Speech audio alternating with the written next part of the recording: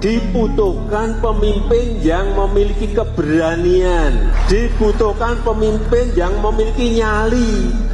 Jangan digertak negara lain sudah langsung ciut.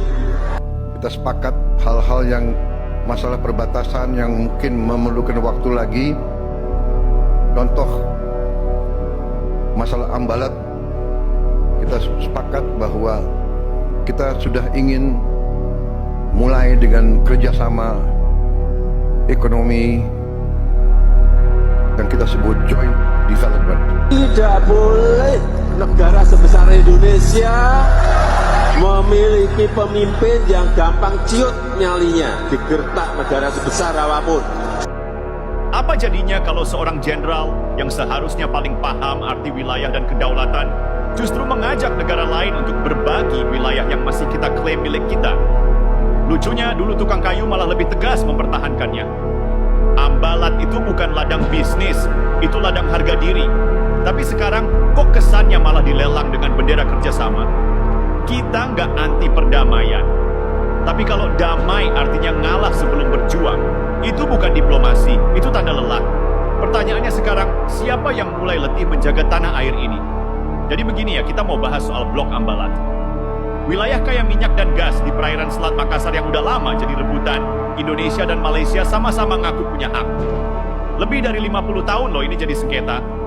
Tapi yang bikin ramai sekarang adalah gaya dua presiden kita dalam menangani isu ini. Presiden Joko Widodo, latar belakangnya tukang kayu. Presiden Prabowo Subianto, latar belakangnya jenderal. Nah, kalau dengar itu, orang pasti mikir, wah, pasti Prabowo yang lebih keras, lebih galak soal kedaulatan. Tapi yang kejadian di lapangan malah kebalik. Jokowi, sipil yang diam-diam tegas. Waktu Jokowi masih pegang kendali, Indonesia nggak mau kompromi.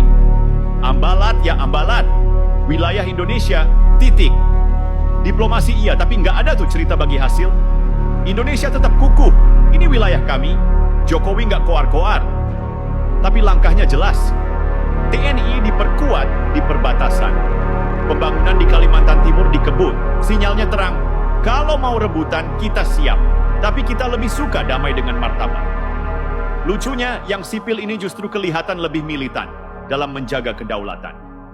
Ini ironi yang menarik. Biasanya orang mikir, sipil itu lembek, tentara itu galak. Tapi di sini kita lihat Jokowi. Sederhana, tenang, tapi solid. Prabowo, jenderal yang ajak kompromi. Nah, giliran Prabowo naik, yang justru bikin kaget banyak orang. Prabowo, yang dulu dikenal keras, tegas, patriot banget, ternyata malah ngajak Malaysia kelola Ambalat bareng-bareng. Namanya Joint Development. Kata beliau, daripada negosiasi hukum makan waktu puluhan tahun, mending kita kelola bareng. Sama-sama untung. Secara bisnis, ya, masuk akal. Tapi secara prinsip kedaulatan, nah ini yang perlu dipikirin bareng-bareng.